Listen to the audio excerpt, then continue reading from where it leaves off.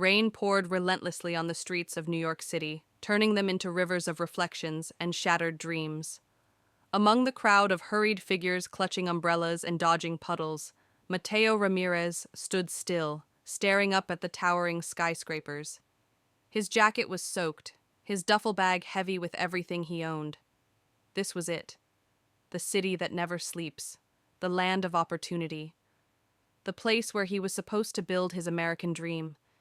But as he stood on that cold, wet street corner, it felt more like a battleground than a promised land. Mateo had arrived in New York that morning after a grueling 26-hour bus ride from a small village in Guatemala. He left behind his mother and two younger siblings, his heart heavy with the weight of their expectations. "Go, mijo," his mother had said, pressing her weathered hands to his cheeks. "You have the courage. You'll make a life for us there." But now, in the chaos of the city, courage felt like a distant memory. His English was shaky, his wallet almost empty, and the address for his cousin Luis, a small slip of paper tucked in his bag, was his only guide. Luis's apartment was in a crumbling building in Queens. The hallway smelled of mildew and old cooking oil, and the buzzing fluorescent lights flickered ominously. Luis greeted him warmly, his grin revealing a missing tooth, but Mateo could see the exhaustion in his cousin's eyes. "You'll get used to it," Luis said as they sat in the tiny living room later that night.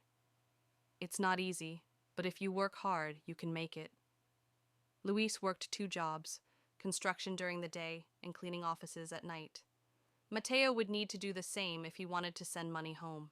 He spent the next week following Luis to construction sites, learning the ropes, and struggling to keep up with the physically demanding work. His hands blistered, his back ached, but he pushed through, driven by the faces of his family waiting for him back home. Things started to look up when Mateo got a night shift at a restaurant washing dishes. It wasn't glamorous, but it was steady, and the tips Luis brought in from his cleaning jobs helped cover their rent. For a moment, Mateo allowed himself to believe he could make it here. Then, one night, everything unraveled. Mateo was walking home after a long shift, his pockets heavy with his first paycheck. The streets were quieter than usual, the city's hum softened by the lateness of the hour. He was only a few blocks from the apartment when a black sedan pulled up beside him. "Hey!" a voice barked. Mateo froze. Two men stepped out of the car, their faces shadowed under hoods. His pulse quickened. "What do you want?" Mateo stammered in broken English. "Your wallet," one of them growled. Fear surged through Mateo, but he hesitated, thinking of the cash he needed to send home. He turned to run, but the second man grabbed him, shoving him against the brick wall of an alley. "Don't make this harder," the man hissed. Mateo felt the sharp press of a blade against his ribs. Trembling, he handed over his wallet, his heart sinking as they rifled through it, taking everything. "Welcome to America," one of the men sneered before they disappeared into the night. Mateo slid to the ground, clutching his side where the knife had pressed against him. The American dream suddenly felt like a cruel joke. The next morning, Luis found him sitting on the floor of their apartment, his face pale and drawn. Mateo recounted the incident, his voice shaking with anger and humiliation. "You're alive," Luis said quietly, sitting beside him. "That's what matters." Luis's words offered little comfort. Mateo's savings were gone, his confidence shattered. He wanted to quit, to return home, but he couldn't face his family with empty hands. Determined to recover, Mateo threw himself into his work with renewed fervor. He worked longer hours, took on more shifts, and even started learning English at a local community center. The lessons were free, taught by a retired teacher named Mrs. Jenkins, who saw something in Mateo that reminded her of her own immigrant grandparents. "You're doing great," she said one day, handing him a worn paperback copy of The Great Gatsby. "Read this. It's all about chasing the American dream. Maybe it'll inspire you." Mateo read the book late at night, the words resonating with his own struggles. Like Gatsby, he realized, he was chasing something intangible, a dream that might always feel just out of reach. Months passed, and Mateo slowly began to rebuild. He managed to save enough money to send his first payment back home, a modest sum that brought tears to his mother's eyes when she called to thank him. But just as Matteo started to feel a glimmer of hope, another storm rolled in.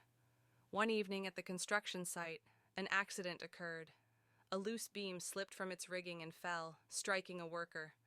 Chaos erupted as people scrambled to help. Matteo, without thinking, rushed forward, helping lift the beam and pulling the injured man to safety. "You're a hero," one of the workers said, clapping Matteo on the back. But Matteo didn't feel like a hero when the police arrived. He felt panic, knowing he didn't have legal papers. Luis pulled him aside, whispering, "Stay quiet. Don't draw attention to yourself." The foreman vouched for him, and the officers left without asking too many questions. But the incident rattled Matteo. He realized how fragile his position was, how quickly everything he'd worked for could be taken away. Despite the setbacks, Matteo persevered. Over time, his English improved, and he built a reputation as a hard worker. The restaurant's owner noticed his determination and offered him a promotion to kitchen assistant. It wasn't much, but it was a step up, and Matteo took it with pride. One evening, as he cleaned up after a busy shift, Mrs. Jenkins came to visit. She handed him a small envelope. "What's this?" Matteo asked. "An opportunity," she said with a smile. Inside was a flyer for a local community college and a note. "Apply for their scholarship program. I'll help you with the application." The idea of college had never crossed Matteo's mind. But as he walked home that night, the flyer tucked in his jacket, he felt something he hadn't felt in a long time: hope. The American dream wasn't about skyscrapers or riches. It wasn't about flashy cars or big houses. It was about perseverance, about building something out of nothing, one small step at a time. Matteo didn't know what the future held, but as he stood on the rooftop of his building, staring at the glittering city lights, he made a promise to himself: he would keep climbing, no matter how steep the ladder. The stars were distant, but they were there, guiding him forward, and for the first time, he believed he could reach them.